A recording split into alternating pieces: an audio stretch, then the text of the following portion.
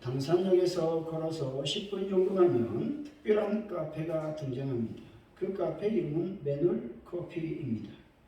매놀커피는 18, 19세기 영국의 가정집을 재현해 놓고 있습니다.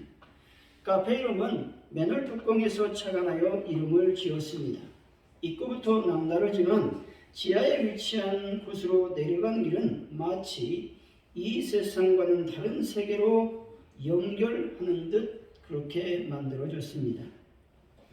매놀 뚜껑이 현실과 이상을 연결하는 매개체와 같다는 것입니다. 근데 더 중요한 것이 있는데 그것은 불멍 스팟입니다. 다시 말해서 벽난로에 모닥불을 펴 놓은 곳이 있다는 겁니다.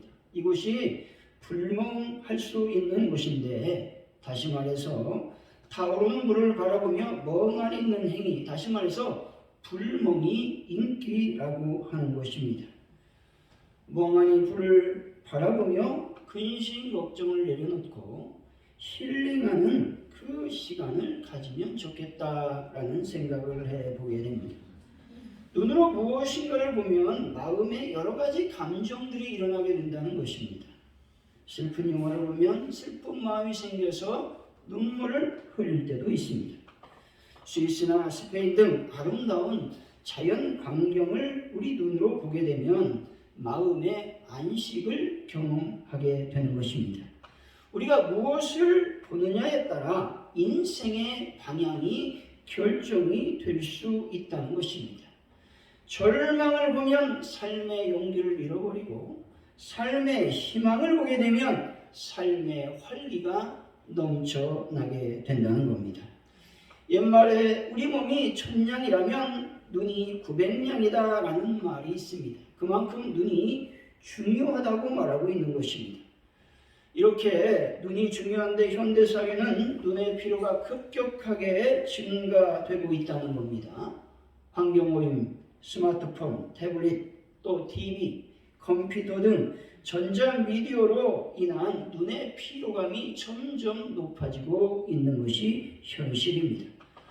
이런 상황에서 눈의 피로를 막아줘야 되는데, 그래서 환경오염은 어쩔 수 없는 환경적 문제이기는 하지만 전자기기 시청 시 30cm 이상의 적정 거리를 유지하는 것이 좋다는 것이죠. 1시간 사용 후 10분 이상 휴식을 부여하는 것이 좋다는 겁니다.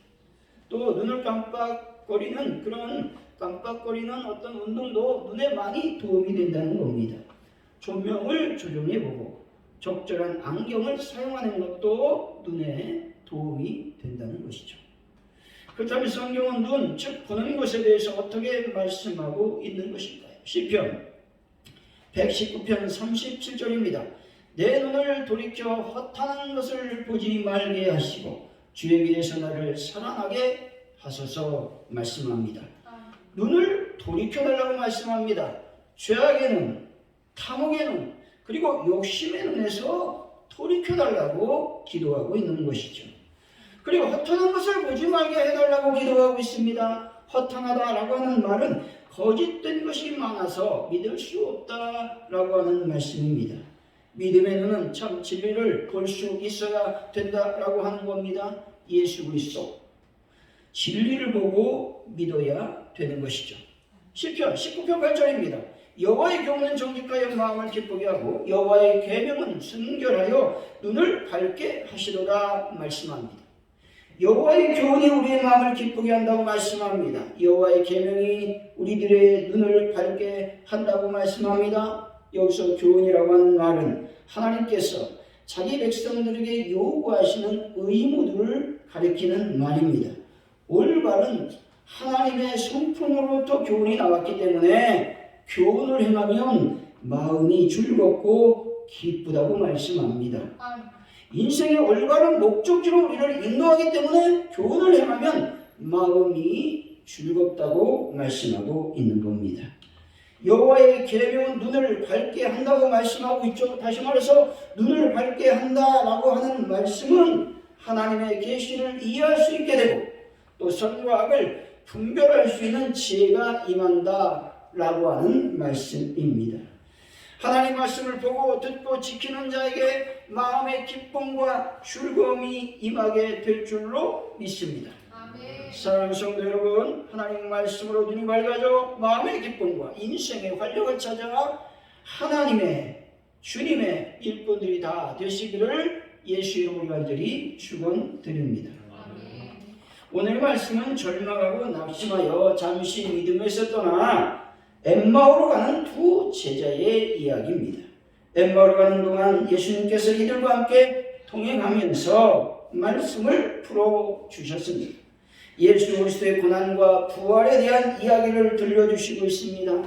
그리고 함께 식사할 때 제자들의 믿음의 눈이 열리게 되었다고 말씀합니다. 근데 이때 예수님께서 온데간데 없이 사라지셨습니다. 두 제자는 다시 예루살렘으로 돌아가서 예수님께서 행하신 일에 대해서 이야기하며 간증을 나누고 있는 것을 보게 됩니다. 오늘 말씀을 통해서 눈이 밝아지다라는 제목으로 어떻게 하면 눈이 밝아져 영적인 것을 볼 수 있는지 하나님의 은혜를 나누도록 하겠습니다. 첫째로 살아있는 믿음을 소유해야 된다고 말씀합니다. 우리 25절 2절 한번 읽어봅니다. 시작. 이르시되 미련하고 선지자들이 말한 모든 것을 마음에 더디있는 자들이여. 아멘.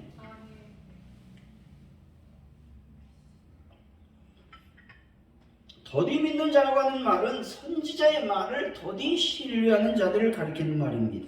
다시 말해서 그들이 신뢰하는 선지자의 예언을 이해하지 못하고 있음을 책망하고 있는 말씀인 것입니다. 예수님은 자신의 고난과 죽음 그리고 부활을 구약 예언자들의 예언 성취로서 이루어질 것을 가르쳐 주셨습니다. 그런데 예수님의 가르침뿐만 아니라 구약 시대의 예언까지 바르게 믿지 못하고 있음을 예수님은 지금 한탄하고 있는 것입니다. 예수님의 책망은 제자들이 생각하는 것처럼 예수님께서 죽으심으로 모든 것이 끝난 것이 아님을 말씀하고 있는 겁니다. 예수님의 죽으심은 다시 시작되는 시작이라고 말씀하고 있는 것이죠. 예수님의 죽으심으로 모든 것이 끝나고 남은 것이 없다고 생각하는 그것들을 지금 예수님은 제자들에게 강하게 꾸짖고 있는 겁니다. 예수님은 또한 미련하다고 말씀하고 있죠. 이 말은 바보스럽다, 무지하다라고 하는 의미가 있습니다. 다시 말해 지금까지 진술했던 두 사람의 생각은 매우 잘못되었다라는 것을 말씀하고 있는 겁니다. 말씀을 믿지 못하는 것은 바보스러운 행동이며 무지하고 미련하다라고 하는 것들을 지금 말씀하고 있는 겁니다. 마태복음 11장 21절 말씀입니다. 화 있을진저 고라시나 화 있을진저 벳사다야 너에게 행한 모든 권능을 두로와 시온에서 행하였더라면 그들이 벌써 베옷을 입고 제에 앉아 회개하였으리라 말씀합니다. 고라신과 벳사다, 예수님께서 선교 중심지였던 가버나움과 거리가 그리 멀리 떨어져 있지 않은 곳에 위치해 있었습니다. 가버나움과 가까운 곳이었으니까 예수님께서 선교를 위해서 많은 시간을 할애했을 것입니다. 그런데 이곳에서 예수님을 믿지 않았다고 예수님은 징계, 즉 책망하고 있는 겁니다. 베옷을 입고 제에 앉았다라는 말씀은 회개하고 애통함을 의미하는 겁니다. 하나님의 말씀을 듣고 회개하지 않았던 고라신 벳세다를 책망하고 있다라는 말씀입니다. 하나님의 말씀을 믿지 못하니 눈이 밝아지지 못해 예수님을 온전히 믿을 수 없었던 것입니다. 마태복음 17장 17절이죠. 예수께서 대답하여 이르시되 믿음이 없고 폐역한 세대여 내가 얼마나 너희와 함께 있으며 얼마나 너희에게 참으리요 그를 이리로 데려오라 말씀합니다. 이 말씀의 배경은 귀신 들린 그 아이의 아버지가 이 아이를 좀 고쳐달라고 제자들에게 찾아왔습니다. 그런데 제자들은 그 귀신 들린 아이, 간질 걸린 아이를 치료해주지 못했다는 겁니다. 그때 예수님이 등장하시는데 예수님께서 제자들에게 이 말씀을 해주고 있다는 겁니다. 여기서 믿음이 없다라고 하는 말은 적은 믿음을 말하는 것이 아니라 불신앙을 얘기합니다. 철두철미하게 예수님의 말씀 능력을 믿지 못하는 그 불신앙을 이야기하고 있다라는 겁니다. 폐역하다라고 하는 말은 그르치다, 굽게 하다라는 의미가 있습니다. 다시 말해서 진리에서 빗나가고 타락한 그들의 그릇된 삶이 항상 지속되고 있다라고 하는 말씀입니다. 예수님의 이런 생명은 우리들을 강하게 질타하기 위한 것이 아닙니다. 다시 말해서 믿음을 가져야 된다라고 다시 한번 예수님이 우리들에게 강조하고 있는 말씀인 것입니다. 어느 목사님이 20년 동안 유장병 때문에 매우 고생했습니다. 그래서 늘 약도 먹고 또 기도도 했습니다. 근데 소용이 없었습니다. 얼마나 아픈지 죽을 것 같았습니다. 그래서 그분은 마지막으로 믿음으로 찬송을 부르기로 결정했습니다. 하나님의 영광을 위해서 찬송합니다. 죽어도 좋습니다. 당신의 뜻이 있을 것을 생각하고 감사합니다. 라고 마음속으로 외치며 모든 것을 주님을 의지한 채 찬송을 불렀습니다. 더 나아가서 주님이 하시는 일에 믿음으로 감사를 드렸습니다. 신뢰 중에 최고의 신뢰는 주님께 여러분의 모든 것들을 드리는 것임을 믿으시기 바랍니다. 그러자 놀랍게 목사님의 병이 깨끗이 치유가 됐다는 것입니다. 믿음으로 찬양하고 믿음으로 감사하니 위장병이 치료가 되는 겁니다. 믿음이 우리를 살리는 것임을 믿으시기 바랍니다. 마태복음 9장 28절이죠. 예수께서 집을 들어가시매 맹인들이 그에게 나오거늘 예수께서 이르시되 내가 능히 이 일 할 줄 믿느냐 대답하되 주여 그러하오이다 하니 말씀합니다. 두 맹인이 예수님께 다윗의 자손이 우리를 불쌍히 여기소서라고 소리를 지릅니다. 이때 예수님께서 내가 능히 이 일을 할 줄로 믿느냐라고 말씀하시니 이때 두 맹인이 이렇게 말씀합니다. 주여 그러하오이다 말씀합니다. 다시 말해 예수님이 능히 고쳐주실 줄 믿습니다 고백하는 겁니다. 이 외침은 절망이 아니라 신앙에서 나온 부르짖음이었습니다. 이 외침은 예수님의 인격과 능력을 믿는 외침이었습니다. 그 믿음을 주님께서 기뻐하셨습니다.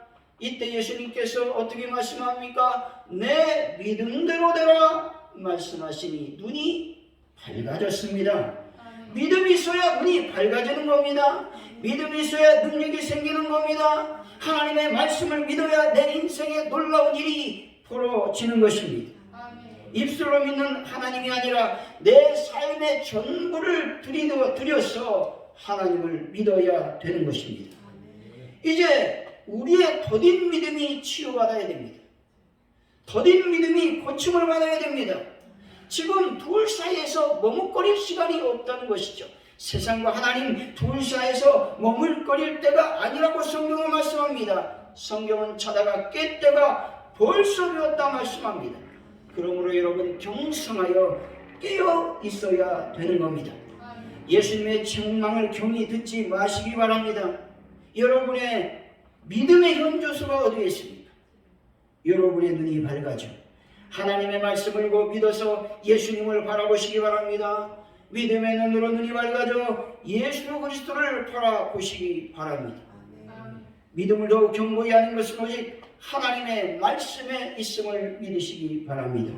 사랑하는 성도 여러분, 입술로만 믿는 것이 아니라 삶 전체 전부를 누려 살아있는 믿음을 소유하시기 바랍니다. 그래서 눈이 밝아져 하나님 나라를 볼 수 있는 분들이 다 되시기를 예수 이름으로 간절히 축원드립니다.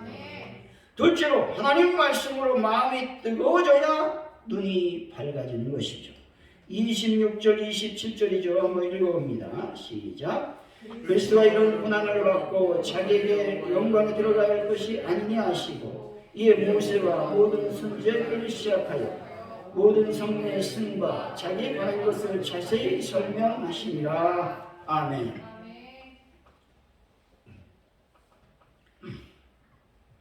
예수님은 제자들에게 하나님의 말씀을 자세히 풀어서 설명해 주셨다고 말씀합니다. 예수님을 온전히 믿으려면 말씀을 읽고 들어야 되는 겁니다. 예수님께서 고난 받아야 한다는 것은 구약 성경에 기록되어 있죠. 또 고난에 그치지 않고 그 고난을 넘어서 영광을 받으신다는 것도 구약 성경에 기록되어 있다라고 하는 겁니다. 그런데 엠마오로 가는 두 제자는 이 구약의 말씀을 믿지 못했습니다. 예수님께서 함께 하심으로 말미암아 예수님이 고난에 대해서 부활에 대해서 말씀하셨는데도 불구하고 믿지 못했습니다. 죽음이 끝이라고 생각했기 때문에 그렇습니다. 의심이 생기는 겁니다. 그래서 절망하여 차가운 마음으로 고향으로 돌아가고 있는 겁니다. 알지 못해서 믿지 못하고 알아도 자신의 욕심과 영광에만 치중하니 마음이 차가워지는 것입니다. 물질보다 우선되는 것은 무엇일까요? 하나님의 말씀이어야 합니다. 말씀 외에 다른 것으로 마음을 뜨겁게 할 수 있는 것은 없다는 것이죠. 오직 말씀을 듣고 삼가 지킬 때 마음이 뜨거워지고 눈이 밝아져 하나님의 능력을 소유할 수 있게 되는 겁니다. 32절이죠. 읽어봅니다. 시작. 그들이 서로 말하되 길에서 우리에게 말씀하시고 우리에게 성경을 풀어주실 때에 우리 속에서 마음이 뜨겁지 아니하더냐 하고 아멘. 그들이 마음이 뜨겁게 된 것은 예수님께서 들려주시는 가르침 때문이었다고 말씀하고 있습니다. 뜨겁지 아니하더냐라고 말씀하는데 이 말은 뜨겁게 타올랐다라는 말입니다. 타올랐다라는 말은 어떤 심적인 충동을 말하는 것입니다. 다시 말해서 밖으로부터 어떤 이끌림을 감지하고 감격적인 기쁨과 황홀감을 체험하는 초월적 경험을 말하고 있는 겁니다. 이런 뜨거움의 역사가 여러분의 삶 속에서 일어나기를 예수 이름으로 간절히 축원드립니다. 사람마다 각자 다르겠지만 무엇으로든 뜨거운 마음을 갖고 살아간다는 겁니다. 어떤 사람은 돈에 미쳐서 살아갑니다. 어떤 사람은 도박에 미치고 어떤 사람은 마약에 미쳐 살아갑니다. 어떤 사람은 골프에 미치고 또 캠핑에 미치고 내조에 미쳐서 살아간다는 겁니다. 어떤 것으로 마음을 불타느냐에 따라서 그 사람의 인생이 달라진다는 겁니다. 그리스도인들은 무엇으로 마음을 뜨겁게 달구어야 되겠습니까? 성도들은 하나님의 말씀으로 마음을 뜨겁게 채워야 하는 것입니다.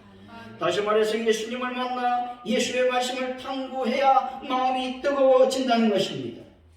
시카고의 대화재가 났을 때가 있었습니다. 온 시가지가 불바다가 되었을 때가 있었습니다.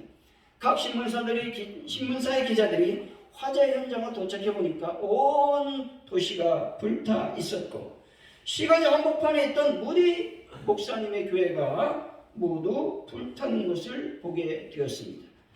기자들이 무디 목사님 곁으로 다가가서 이렇게 질문합니다. 목사님 항상 살아계신 하나님은 전지전능하셔서 무엇이든지 원하기만 하면 이루어 주신다고 설교하셨습니다. 그런데 왜 하나님께서는 자신의 거룩한 성전인 교회가 불이 타 없어지는 것을 가만두십니까? 라고 빈정거리며 말했다는 겁니다. 그러자 무디 목사님은 목사님이 이렇게 대답했습니다. 나는 벌써부터 하나님께 큰 교회를 달라고 기도해왔습니다. 그 기도의 응답으로 지금 교회가 불탄 것입니다. 우리가 큰 교회를 헐고 다시 세워야 되는데 하나님께서는 불에 태워서 건물을 허는 비용을 들지 않게 하신 것입니다. 말했습니다. 이 기자들이 어이가 없는 것이죠. 그래서 다시 목사님께 질문을 합니다. 목사님, 그럼 그 큰 교회를 세울 돈을 가지고 있습니까? 물어보았습니다.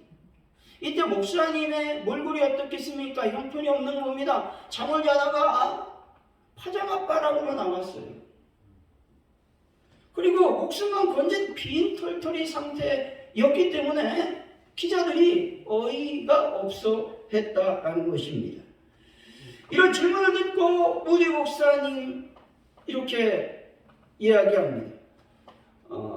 목사님 그 옆구리에 끼고 있던 낡은 성경책을 내려놓으면서 대답합니다.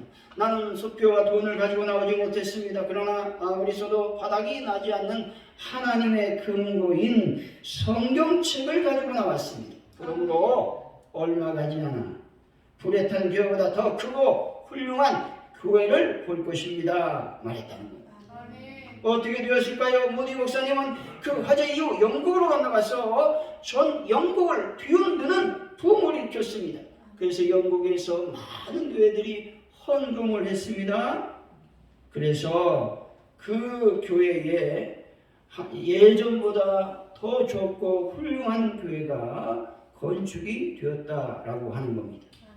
무디 목사님께서 말씀을 소중히 여기고 말씀 안에 보아니 하나님의 능력이 무디 목사님에게 임했습니다. 그러니 놀라운 풍의 역사가 일어나게 되는 겁니다. 하나님의 말씀은 모든 것들을 가능하게 함을 믿으시기 바랍니다. 불가능하게 없는 것은 하나님의 말씀이 없음도 믿으시기 바랍니다.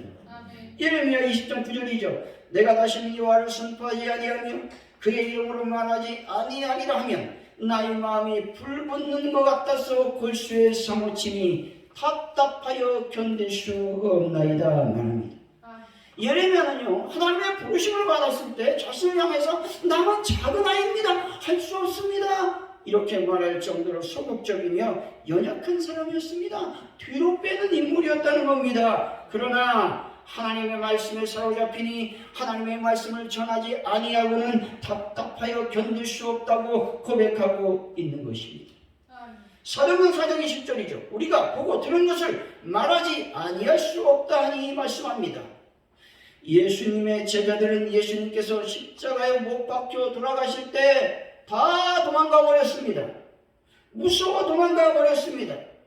그런데 하나님의 말씀에 사로잡히고 성령의 충만을 받았습니다. 그랬더니 생명의 위협 속에서도 하나님의 말씀을 전하지 말라는 명령을 거부하고 있는 겁니다. 복음을 위해 목숨을 바칠 수 있는 힘 오직 말씀에서 나온다라는 겁니다. 성도들을 강하게 만드는 것 말씀 안에 있습니다.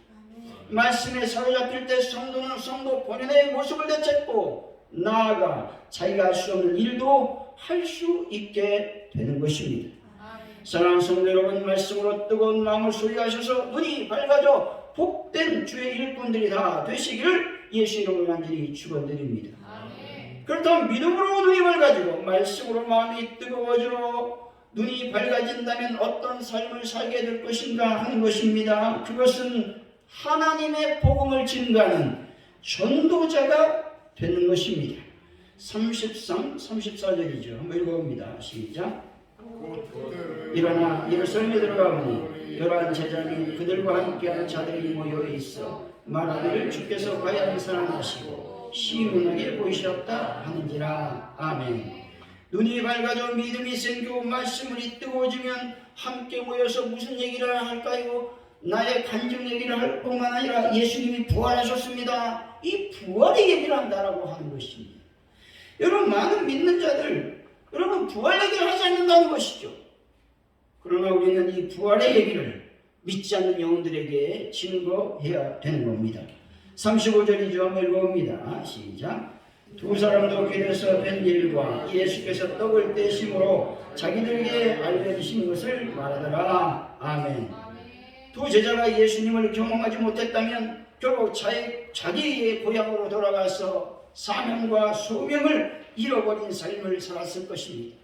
하지만 결국 부활하신 예수를 만나 뜨거운 마음을 소유하니 자신에게 일어났던 일들에 대해서 간증하고 있는 겁니다. 하나님의 복음 사역자가 되는 것입니다. 사랑하는 성도 여러분, 믿음으로 마음이 뜨거워져 위대한 전도자의 삶을 살아가는 분들이 다 되시기를 예수 이름으로 간절히 축원드립니다. 기도합니다. 할렐루야. 하나님 감사합니다. 오늘 주의 말씀을 들었습니다. 우리 눈이 밝아지기를 원합니다.